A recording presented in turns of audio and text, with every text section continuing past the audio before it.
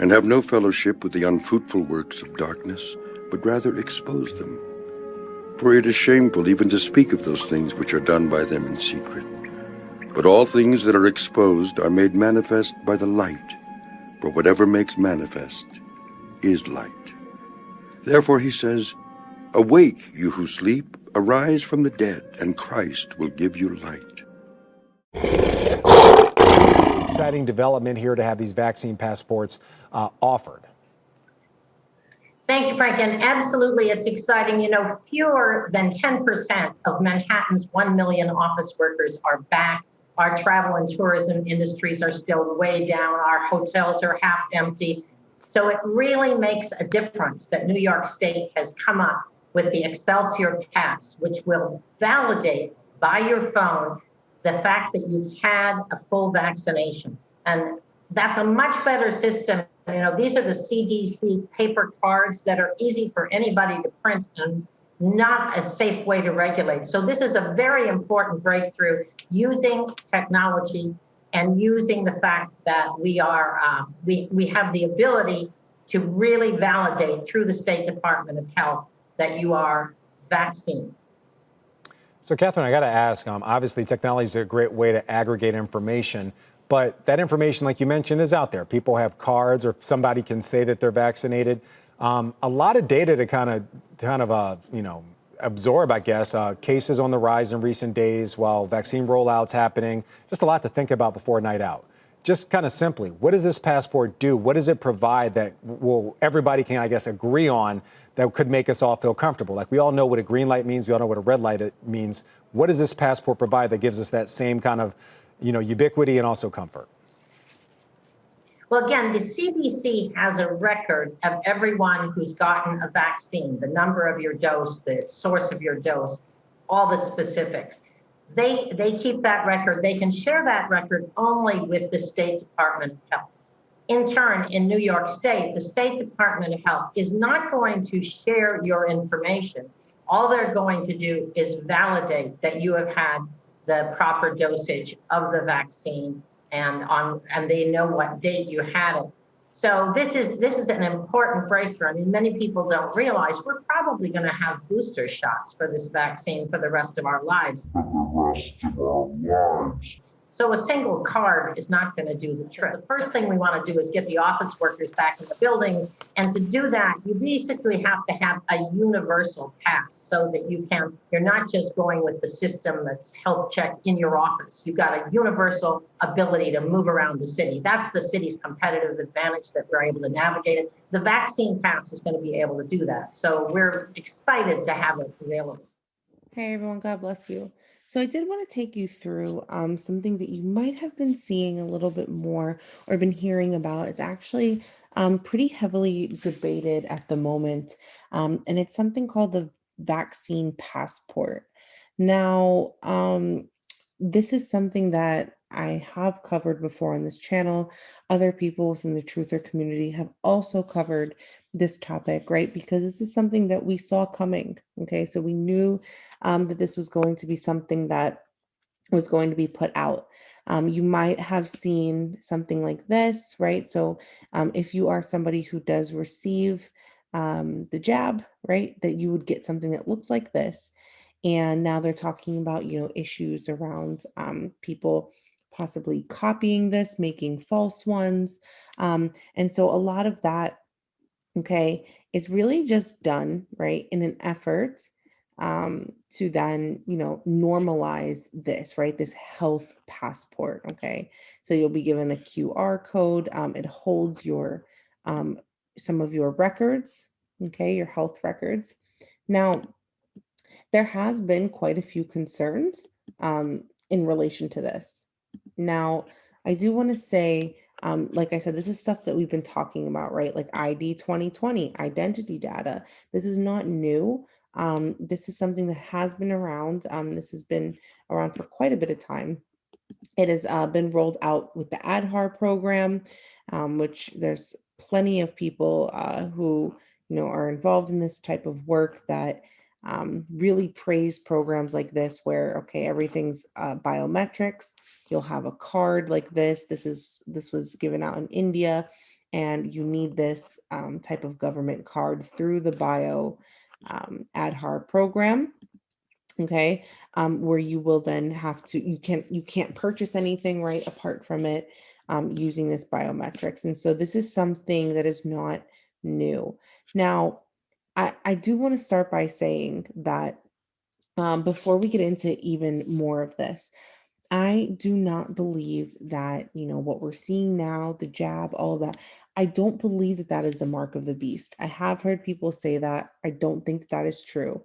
But I will say that what this whole thing is about is a collective trauma. Okay. Trauma is a deeply distressing or disturbing experience. And so, what I believe is being done, when it comes to the minds and hearts of people, is that this whole thing was done in order to create this type of trauma.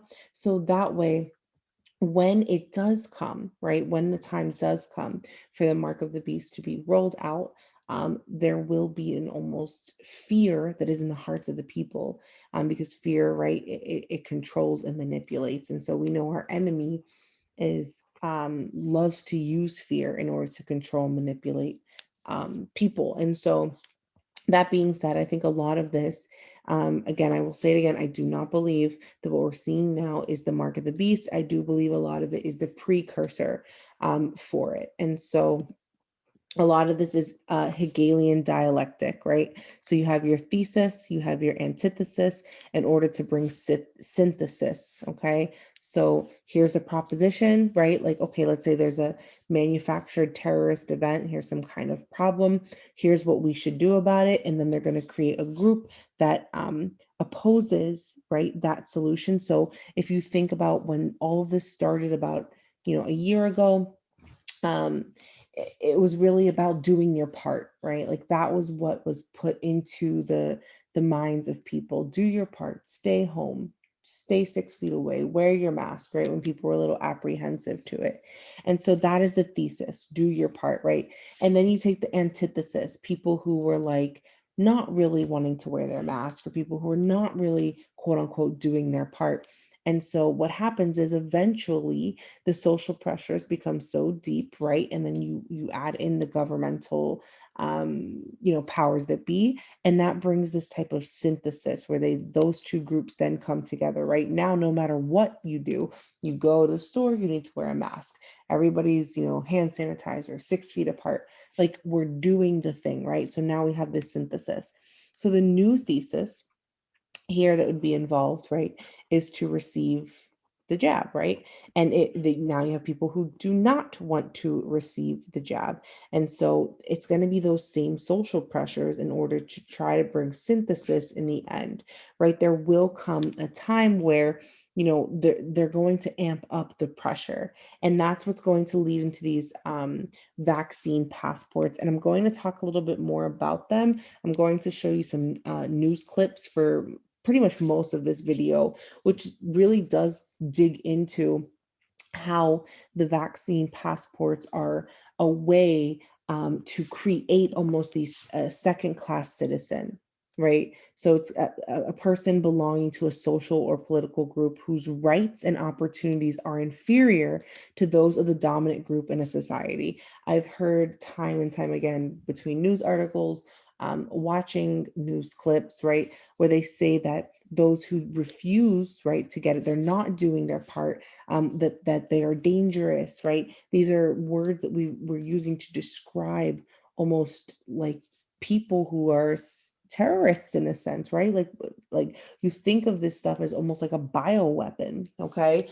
And that's how people are going to be painted out. And so when you use words or terms like, you know, the jab refusers, then what you're saying is that is the normalized thing, that is going to be, that is really the only choice, and any other choice is going against, in some way going against the grain or going against. And so it will create this almost second-class citizenship, where if you don't have that vaccine passport to show, you can't go to certain events, you can't go to certain, sporting events, or you can't do certain things, or some rights like even flying on an airplane will be taken away from you. And again, these are all things that we have in fact said in the past, like that these are things that we see coming. And so I saw this picture here, right, where, I mean, what difference is it to some degree, where you see this, this app, right? And it's talking about the passport,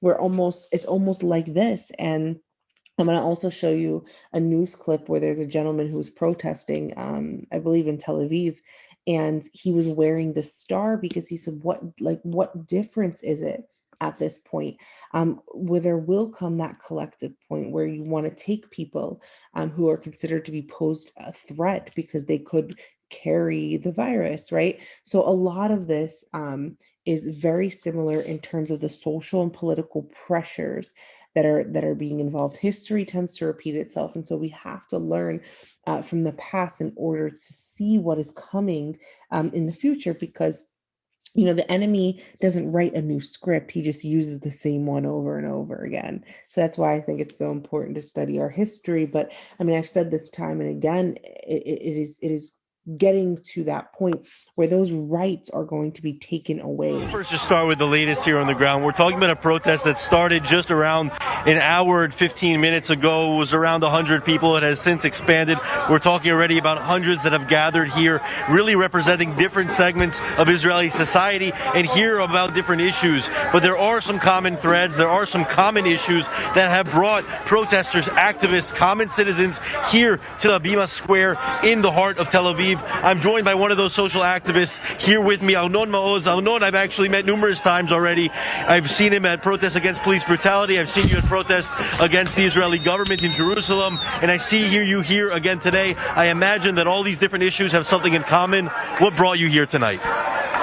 We're getting to the point that the new law coming today in Israel Parliament, which is giving privacy the non-vaccine people to all the cities, municipality, and also the social security systems and police. So Israel officially is a new dictator of here in. They say the only democracy in the Middle East. I say the new dictator today. Write these dates for today. The vaccine is experience, is a clinical experience par excellence. The FDA improvement. France didn't get it. Germany didn't get it. People don't get it. And our government present himself, Benjamin Melikovsky, Netanyahu, he's present himself as a messiah, as the one that fixed the problem. And in the end, if you read the really notes of Pfizer, this is a huge business. The next new startup of biotech in Israel. This is the plan to vaccine all the people. So you think that there's something bigger happening here? Of course, it's more bigger than everyone. And if you are getting someone free, you are the product. And we are not the product. And our children are not the product. And here, as a government, you don't have allowed. You want to be vaccinated? Vaccine yourself, whatever you want. So you don't have a problem with the vaccine itself. You think that people here are free to do so. I've even seen some people holding signs that say, I'm not against vaccines, but I'm against what you're doing to the Israeli people. What is that exactly? What are they doing? The history of the Israeli nation, proof as a Yemenite story that's discovered 70 years ago, and more stories about the SARS with the soldiers in 2003. We have a lot of stories of Nazism thought. And now we see the fact that there's new laws here, a common law on these governments. This is non-relevant governments as a Jew.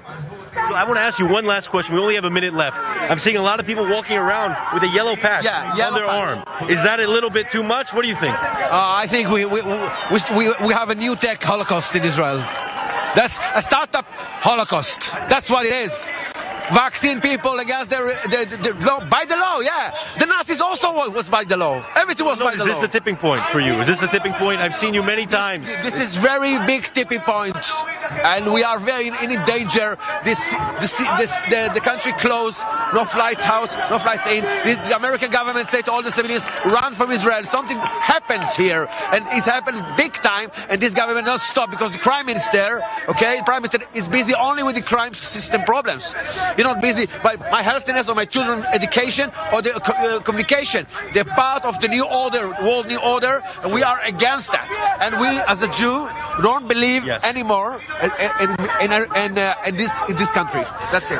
Kalev, now Arnon is making an important point here, and it's important to acknowledge that there are many people that are very skeptical today, and obviously we're seeing that there are hundreds of them here gathered in the heart of Tel Aviv to express their discontent and their distrust with the Israeli government. Kalev? And again, this is something that has been around. This is something that the world was being slowly conditioned to receiving. And so it's not that much different than China's social credit system, right? So their local governments have their own social record systems that work differently, while unofficial private versions are operated at companies, such Ant Financial, Zima Credit, better known as Sesame Credit.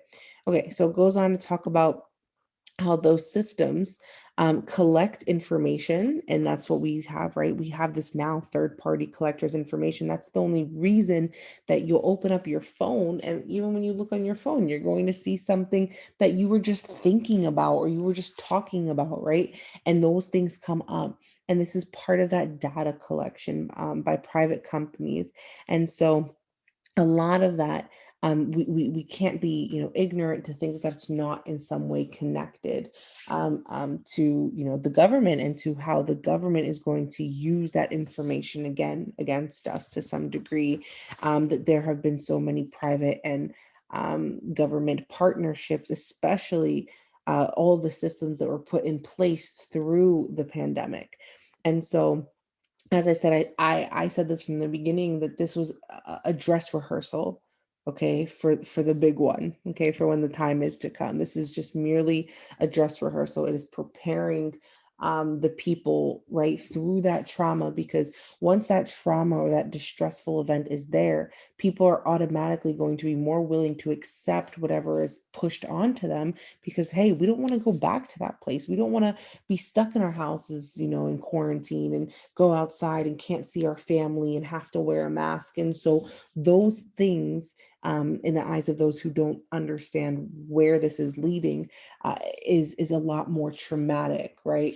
Than what is then offered on the other end. And so, like I said, China's social credit system, people rate each other, right? And that's what's a lot of happening here. It's going to be a lot of social pressures.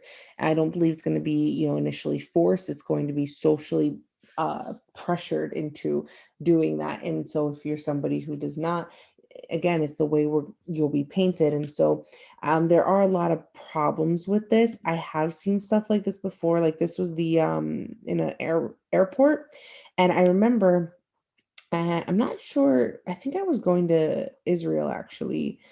This was a few years ago. Even before then, I had done some travel outside of the country, and this stuff was already there, right? The biotech was already being prepared to be rolled out. And so these things aren't, brand new. There's a plan and purpose behind all of this. And so there is a lot of issues around this, but we do have the HIPAA laws. And so, to even ask and almost push certain things onto people, we do need to know that there are certain laws in place that we need to know what rights we have, right? And so this concept is coming up. Okay, if you refuse to receive the jab, then your rights are going to be taken away to some degree. Again, creating this second-class citizenship.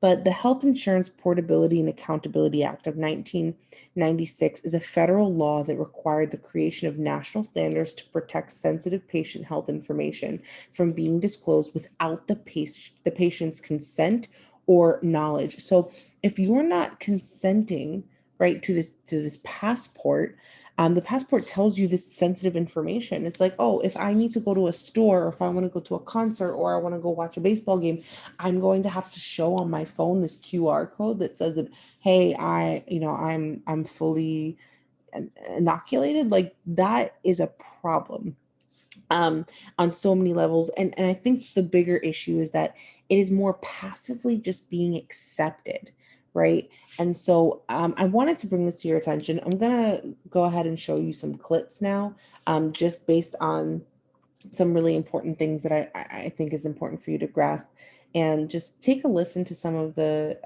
news clips And again, make your own opinion about it. I'm putting this information out there because I want you to be aware. I want you to know that there are voices out there who don't necessarily agree or think this is the best idea, and can also know where this is leading in terms of prophecy. And like I said, again, I don't believe this is the mark of the beast. I do believe the technology, the systems, everything that's being put in place is almost like a dress rehearsal for what is to come.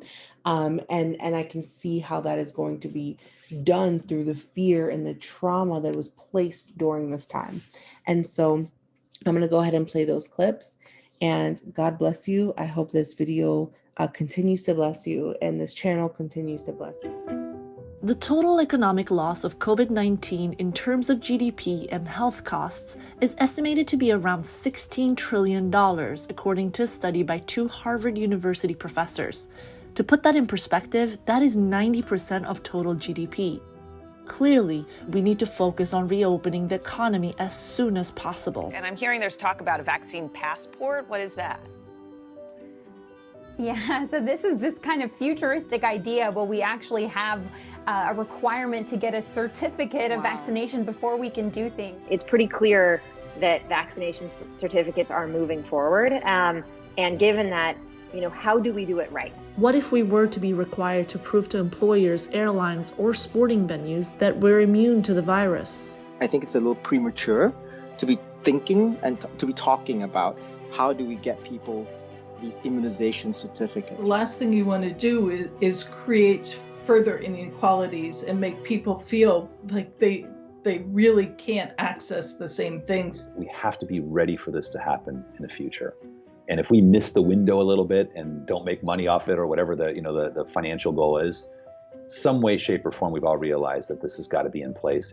So what are vaccine verifications exactly? And can they speed up a return to normal? For herd immunity, between 58% and 94% of the population need to be immune. That means anywhere from 192 to 311 million Americans. As of mid-January 2021, nearly 10 million Americans have received at least their first dose of a COVID-19 vaccine. While the vast majority of Americans believe that the vaccine is important to facilitate a return to normal life, nearly half plan to defer vaccination for 3 months or up to a year. And so this, I think, combined with the inherent challenge of manufacturing and distributing vaccines, really threatens to slow progress towards herd immunity and ultimately to economic recovery. That's where immunization verification passports or certificates could come in. Remember the yellow card immunization forms? In the age of a global pandemic, that could be a smartphone application or a QR code on paper. If we can make it work for travel, I think it allows us to study the technology as well as the validation, as well as the confidence in privacy that will then allow us to think about how do we use this for other things. I don't think it's going to make, and I don't believe it's going to make social distancing and masking go away until we hit herd immunity. But I think it's this process of maybe we can reopen up things a little bit faster. For nearly 5 years, Dakota Gruner has been advocating for digital IDs as a basic human need, especially in developing countries. She's currently on a WHO-sponsored working group for smart vaccination certificates. Over the course of 6 months, the group is hoping to establish global standards for these types of solutions. This is a very complex multi-stakeholder effort. Obviously, they're trying to do this at an international level. But the idea is to do something, I think, quite similar to what we've done with ID 2020 certification, which is what are the specifications of a good digital ID solution, or in this case, a smart vaccination certificate, and how do we get to the point where there's almost a list of WHO recognized solutions. But, we don't pretend that in the interim, some of these solutions aren't moving forward independently. Dozens of startups, as well as major companies like Microsoft, Ticketmaster, Apple, and Google, have shown interest or are currently working on creating their version of an immunization certificate for COVID-19. I think where we're at least on the technical side, is a bit of a Wild West. It's pretty clear that vaccination certificates are moving forward. And given that, how do we do it right? And how do we ensure that that investment is made in the sort of greatest possible way? This is not the time to move fast and break things. Onfido is one of the startups who jumped on the idea early. As an identity verification company with $200 million in funding, a vaccination app was a no-brainer. So the first thing where we fit in is making sure that it is Kevin Trilly or Tala that is the person signing up for this service. And then there's a second step that says use the core service, book your travel in the case of SideHight or whatever. Then the third is being able to add a new piece that says embed your health status as part of that application so it can be shared with the person that you're booking travel with. And then in the case of the other one with the employment, you'd sign up for the service, you'd declare your employment status, and then you'd have some health, testing status that you would update and maintain so you can come to the office on a regular basis. The life cycle of a pandemic looks something like this. Right now, we're in the pandemic phase, meaning there's widespread human infection. Even with a vaccine, there's a lot we don't know. For example, the duration of immunity, or if asymptomatic transmission can happen despite vaccination. And more importantly, only about 3% of the US population has been immunized so far. Our focus should be on getting people vaccinated. Once we get enough people vaccinated that we can actually then we can leverage that vaccinated pool as something that we can use, that's when I think the immunization certificates become something we can talk about. Collaboration between governments, private providers, and international stakeholders will be key in the success of immunization verifications. Onfido is based in the UK and submitted their product to the British government in the spring of 2020. Kevin says they're not focused on scale at the moment. This has to come out in stages. There's a lot we have to figure out still about a system like this. So in a way, we're sort of innovating. And if we can impact 25% of the population this cycle, it's great. That's a huge impact of people that could go further into their worlds, in this really restricted world that we're in today. While much of the app can be customized, privacy cannot. A poorly designed digital ID solution could become a surveillance tool. Privacy is not a concern until it is a concern. So it must be architected into the system at the beginning. And the example I would say is, you don't need to tell me your first name, last name, your address, everything about yourself, and all of your testing data, and give that to everybody. You should just say, I'm good. And the way you know it's me is because I use my face to unlock my phone, to access that credential, to then send it to you. And then what's sent to you is just the status. If you can do it in that way, then privacy is protected. As with anything that entails digitization and access, there are some equity concerns. For one, requiring that individuals are vaccinated to be able to participate is risky, especially for communities of color who are more skeptical of the vaccine. The last thing those communities want is for Big Brother to be watching. The other thing is the intention may be to enable some people to go back to work, but is it seen as, well, if I don't get the vaccine or if I hesitate to the vaccine, will that cut my opportunities? Another equity concern is regarding access to technology and high-speed internet. Some providers are working on making ID verifications on paper, a QR code embedded with information that can't be falsified. What we design and build today is going to have longevity past this. This may have utility in routine immunization. This may have utility in a whole host of use cases outside of healthcare. We should be leading the world on this problem. So I think we have a second opportunity here to come with technology and other systems where we can get back, and maybe the next one, we're actually going to lead the world in the way that we handle this. It's called the Green Passport. We're not told to wear it, but what they have done is they have essentially overnight created a second-class citizenry, a true medical apartheid that is disallowing healthy, law-abiding, tax-paying citizens from entering their places of culture if they do not participate in this experiment. It's that simple. We've been told there are people who've been kicked out of their choirs, out of their pools, out of their gyms. I don't know who's going to hear the message we're saying. I don't know what is going to become of it. I know that there is no other option than to give every fiber of energy and strength into battling this because there is no other option. There is everything to lose and everything to gain. There's And I think it's actually never been simpler in some ways. And I believe that it's, I believe quite simply that we are privileged to have this truth. There is truth that I think is a common denominator against all these different people, different countries, different languages, and we all are seeing and speaking a very clear truth. And I think that truth is an absolute gift, but it's an obligation. And it wasn't given to us to just sit at home and with this apathy and hope for the best. We've got to all come together, because really this is how we win. Making these connections between us, country after country, that is the only thing that these governments fear. They have the wealth of empires behind them. But when the people realize that we are the many and they are the small, they have nothing. They have nothing. And I can never give up on that hope that we're gonna build this force and take our lives back. Because I've said before, I feel like the ball is in the air.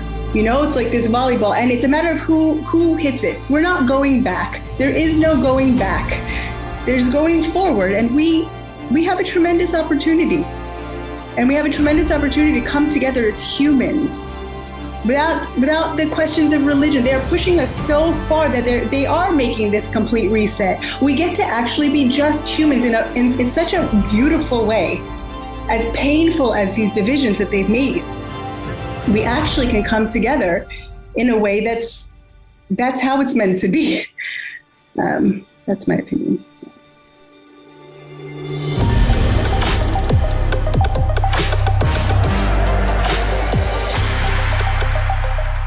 Ilana, Rachel, welcome in the Black Box studio. Yesterday I listened to a kind of a disruptive audio file from you all the way from Jerusalem. It's a very bad situation here. They're making people wear a ankle bracelet. It's absolutely insane. But meantime, we just keep fighting, fighting as much as we can. So we need everybody's help, because whatever happens here will happen everywhere. So we're fighting for ourselves and we're fighting for the whole world. But we need help. I need everything, every hand on deck.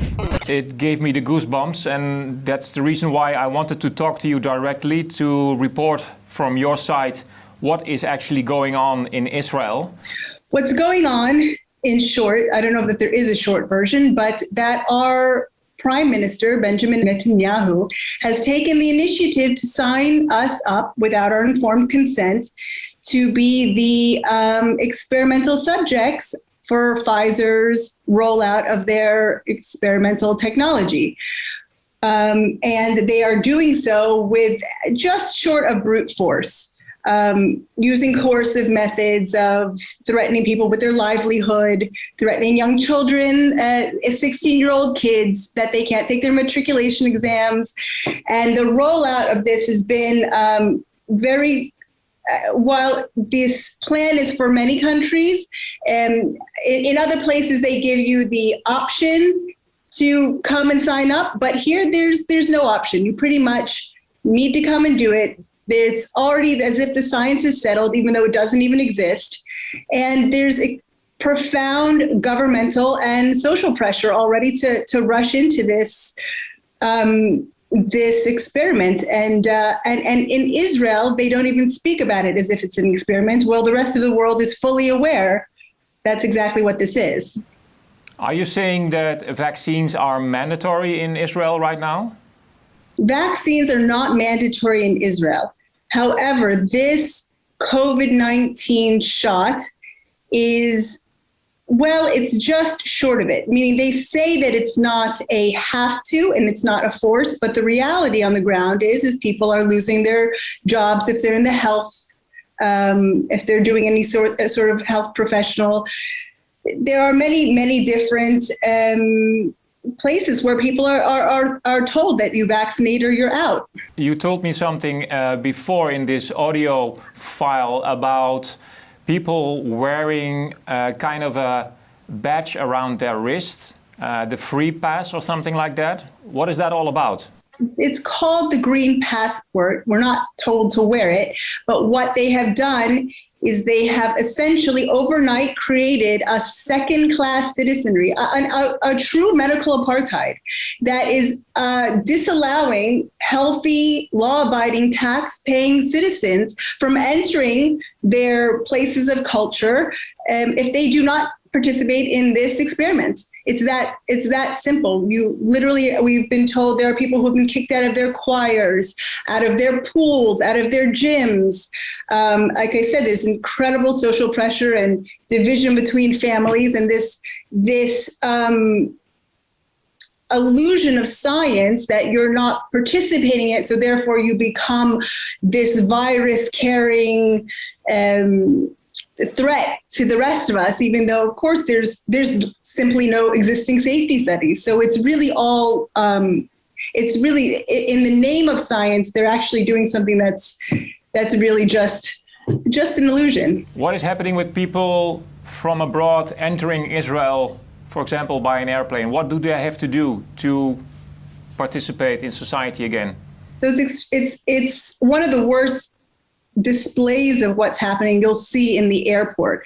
I actually just this morning read someone's personal account of coming home, and his parent happened to have been a survivor, a Holocaust survivor, and he literally felt that he was in a selection. It was very clear. Those who have taken the shot or have recovered from the vaccine get to go to the left.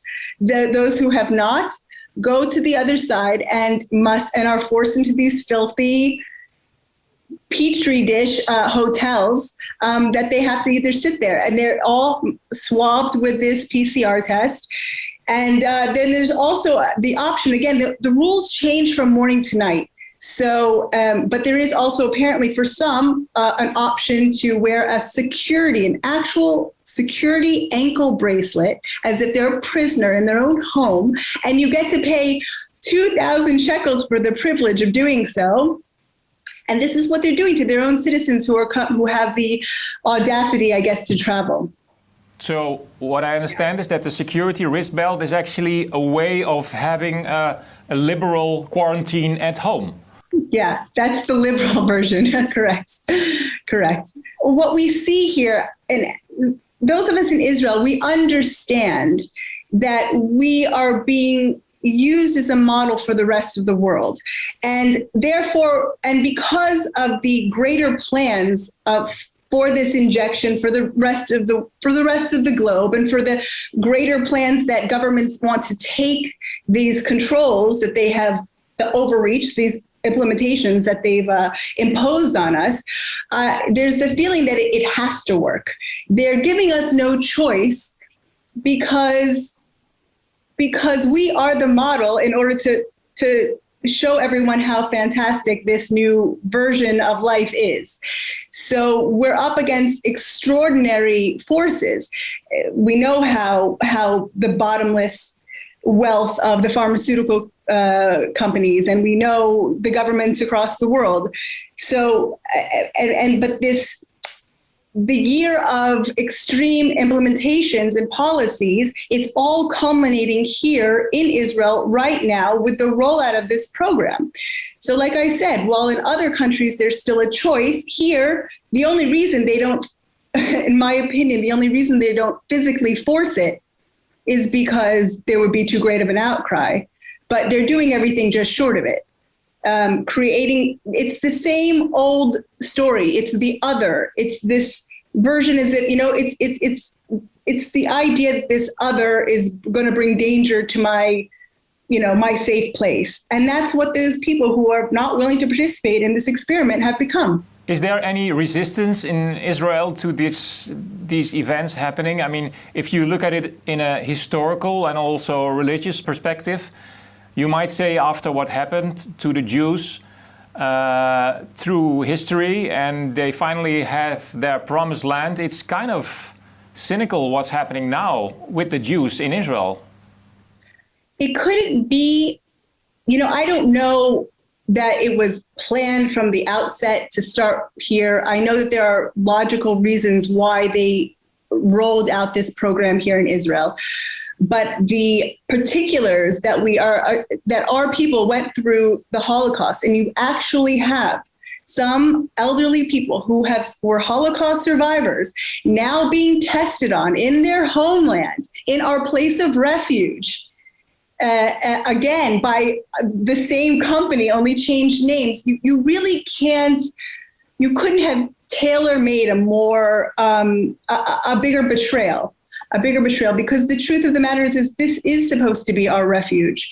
And we are now front and center in a danger that no one can even define. We know the immediate health. We know many of the immediate health concerns, but the fertility issues, we have rolled out a program that, never mind the fact that the only group of people that was ever at risk of dying, with exception to this virus, who was 65 and older, and those with comorbidities, they put such a sense of fear that they rolled out this experimental program even into pregnant women, pressuring kids from age 16 and up, and pregnant women, literally radio messages, come and get vaccinated, you'll save your baby. And the night before they roll out the program, it's this, for the first time in a year, they put out news articles that say, we suddenly have 30 some pregnant women in critical conditions in the hospital. It's such a crude, obvious, and people buy it. They just seem to buy it. They seem to forget not only basic science, but everything, their experience themselves. The one saving grace in this whole virus was that the children are spared. And instead, we're pretending like a pregnant woman needs to go and take an mRNA technology into her system. I have lived in Israel for nearly 24 years, and I could never have imagined that we would do these things. I could never have imagined. But the thing is that we know it's not a secret. There is a contract. There is an actual physical contract between Pfizer and our government. We've seen only a redacted version. What we know is there's a penalty clause. They must, right now, the government of Israel is acting incredibly desperately because they have some sort of quota of people they must reach, that they must inject. I don't know what this penalty clause entails. Obviously, it must be something more terrible than risking the health of for generations to come of your entire people.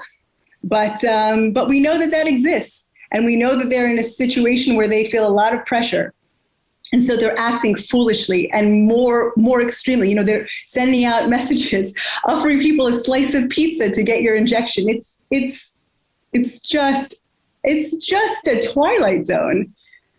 And what's even more painful is not only how extreme, because it's so obvious to anyone who is willing to admit, but that there's so many people that, for various reasons why that's true, but for so many people who still trust in our government and are pretending like any of this could still be about a virus. We're being boiled alive in this pot and pretending it's not that hot. And it's very painful. These people we love and respect, our neighbors, our relatives, and we're still acting as if this is what's really going on. Ilana, in the Netherlands, we're facing new elections very soon. And there is one politician who actually has a house in Israel. She's called Sigrid Kaag. And she worked for the United Nations, and she's actually setting Israel as an example in the Netherlands and saying in the news that we should look at the success that Israel already has booked. Laten we als Nederland een voorbeeld nemen aan Israël, waar gevaccineerde mensen weer toegang krijgen tot het maatschappelijk leven. What would you like to say to her? I would like to say to her that the data is not being collected. We are giving these people, these Israeli citizens, zero informed consent, zero ability to make a risk-benefit analysis. There is no even opportunity for people to understand what they're signing up for. And not only that, what is happening is they are given an injection, sat for 15 minutes 15 minutes and then sent on their way. There is no paper. There is no list of side effects to look out for. There is no number to call. The data is not being reported. There are a number of citizen efforts that have been made to record what our Ministry of Health is not recording. Only the most extreme things come into the news, and they've stopped that even. With the first cases of Bell's palsy, the first elderly people who dropped dead of heart failure within hours, and then the headlines changed the next day. There was no relation. There was no relation to the injection they got. I know people personally who work in medical facilities who watch 40-something-year-old people die of heart failure 2 days after injection. And they're not allowed to say that it had anything to do with this vaccine. It's absolute menace. If you get shot in the head, but you have test positive for COVID, you've died of COVID. But if you die of heart failure within 2 weeks, after getting the injection, it has no correlation. We're living in a dream world, and we deserve better. All of us deserve better. Yeah. And it's not accurate. It's not scientific. And we know the whole idea of calling this a vaccine, even though we know that what it is actually an experimental gene treatment. The use of the word vaccine is to use that part of your brain that doesn't think at all, that only has this knee-jerk reaction. Because we know automatically vaccines are supposed to be safe and effective, checked for decades, back and forth. It's this idea that people have. So they use this word vaccine, which never mind to mention the flaws in that narrative. But the one they're using now is so full of holes. It's insulting to have it shoved down any of our throats. And the point is that we know that any vaccine takes at least 10 years. And the idea that we have shoved this technology that has decades of issues. It never made it out of the laboratory before. It never made it past animal trials. Ferrets, rabbits, cats, monkeys all died during animal trials. And now we're sticking it into the entire Israeli nation. It has never been tested out. The only time mRNA has been used is in the most extreme cases. None of the actual treatments that we've known about for the entire year have been given. And they haven't been given so that we can use this technology. Let's get back to human rights. What is actually happening to the society in Israel? Do you still feel that you live in a free and open society? No, absolutely not. I think that you hear people talking about where can we go? People absolutely terrified for what will be from one day to the next, never mind for what will be in the future for our children. The divisions are so extreme, are so unreasonable, and I think that even people who have signed up and taken this injection are starting to see that because is so extreme and the government is acting so desperately. But right now, if you walk out without a mask, it's the same stories that you hear about all over. You have people who are willing to scream at you in the street, and that's only a beginning. And they've succeeded in putting this narrative that you are a risk, a walking germ-filled risk if you walk into somebody's store. Without taking this injection, which of course has no opportunity to stop transmission. It's not what it was made to do. I understood you're also running a political party in Israel. Are you succeeding? So we are making incredible ground despite complete censorship. Despite, they took off our Facebook pages of 60,000 people and they revoked the medical license of the head of our party. They are doing everything they can to delegitimize us. But of course it doesn't succeed. It makes it more obvious that small parties in Israel have historically had a massive challenge. They won't even allow us to open a bank account to receive donations. They're doing everything they possibly can to keep us because we are coming against the only narrative that endangers them. these left-right answers, this doesn't matter to them. We are the only people standing up and saying this is unacceptable. This is absurd. This is unreasonable. You know, the Israeli people have sat in lockdown for a cumulative 5 months. 5 months of sitting in lockdown in our tiny apartments. Israel's a very small country. You know, we don't have big yards. We don't like this. It's absurd. Children with masks on, slumping in front of these endless Zoom calls. You really have a people that have been so debilitated that, yeah, you know, how many people the government says take this injection? So fine, it doesn't feel right, but okay, I'll go and do it. Because let me just get out of this already. They're telling me this is a solution. And even though my gut tells me it's not right, you know, how many people are going to take the extra steps to search it out? Not enough. How do you picture the future for Israel in the nearby 4 or 5 years? What do you think is going to happen? So I'll tell you, I find I have absolutely no idea. The future has never been more opaque. I think that's true for so many of us throughout the world right now. And I feel that, you know, not to be cliche, but a little light does expel a lot of darkness. And it's just one step. One step I take leads me to the next step, leads us to the next step. I don't know what's going to happen. Even these elections are supposed to happen March 23rd. That's a lifetime away in the world that we're living in right now. I don't know who's going to hear the message we're saying. I don't know what is going to become of it. I know that there is no other option than to give every fiber of energy and strength into battling this because there is no other option. There is everything to lose and everything to gain. I think it's actually never been simpler in some ways. And I believe that it's I believe quite simply that we are privileged to have this truth. There is truth that I think is a common denominator against all these different people, different countries, different languages, and we all are seeing and speaking a very clear truth. And I think that truth is an absolute gift, but it's an obligation. And it wasn't given to us to just sit at home and with this apathy and hope for the best. We've got to all come together because really this is how we win. Making these connections between us, country after country, that is the only thing that these governments fear. They have the wealth of empires behind them. But when the people realize that we are the many and they are the small, they have nothing. They have nothing. And I can never give up on that hope that we're gonna build this force and take our lives back.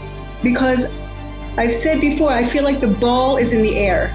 You know, it's like this volleyball, and it's a matter of who hits it. We're not going back. There is no going back. There's going forward, and we have a tremendous opportunity. And we have a tremendous opportunity to come together as humans without the questions of religion. They are pushing us so far that they are making this complete reset. We get to actually be just humans in such a beautiful way.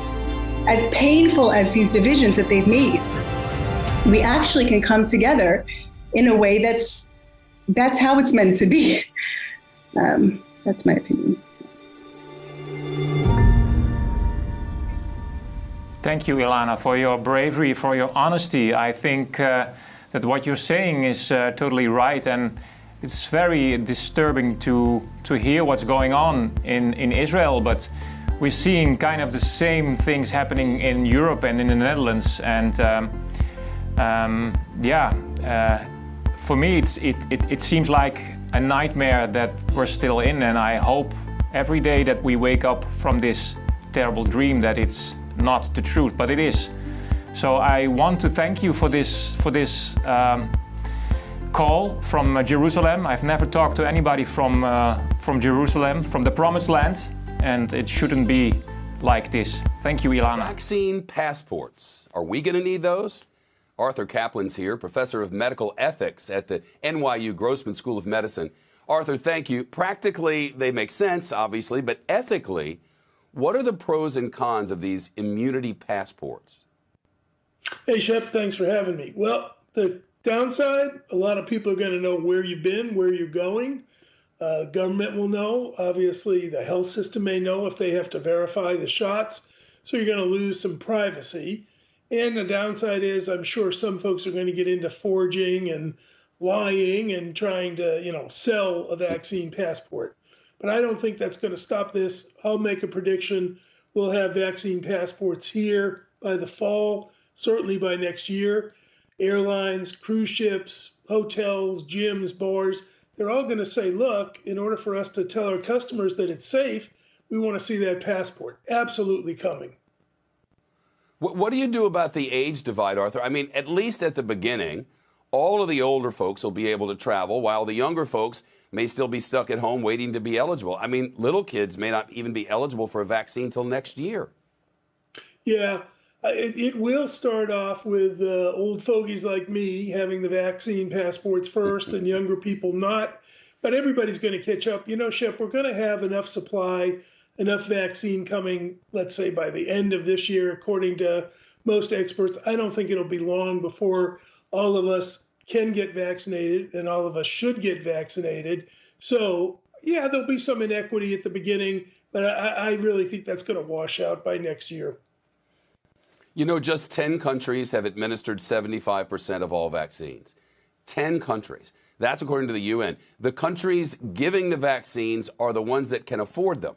Are vaccine passports going to create a huge divide, even bigger than now, between the rich and the poor nations?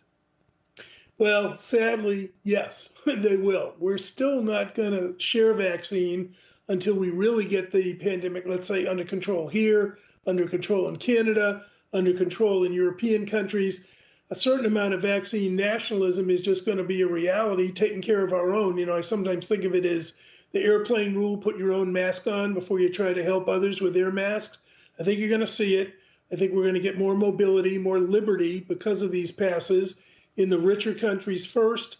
Then we'll see the other countries starting to catch up. But yeah, the rich will do better than the poor. Somehow I'm not sure that's going to come as a huge news announcement. Yeah, and you wonder about the divide that already exists in this nation. The unfortunate reality is that a lot of people have been sold a bill of goods that masks are not something you really need, and those people could really be left out here and have, I'd be mad. If I thought the masks were silly and I was convinced of it by liars, it just feels like a mess ahead. Exactly, and I think we'll see pushback. People are going to say, you told me this, you lied. You told me that, you lied. Why should I believe in the vaccines? But the numbers are good. You look at those Israeli numbers. You really do want to get vaccinated. It's our way out of this. And I think because you're going to get more liberty, more travel, more freedom, even getting back to work, that a lot of more people are going to want vaccine than are going to say, I don't want to take it. Yeah, I hope you're right. Arthur, great to see you again. Thank you.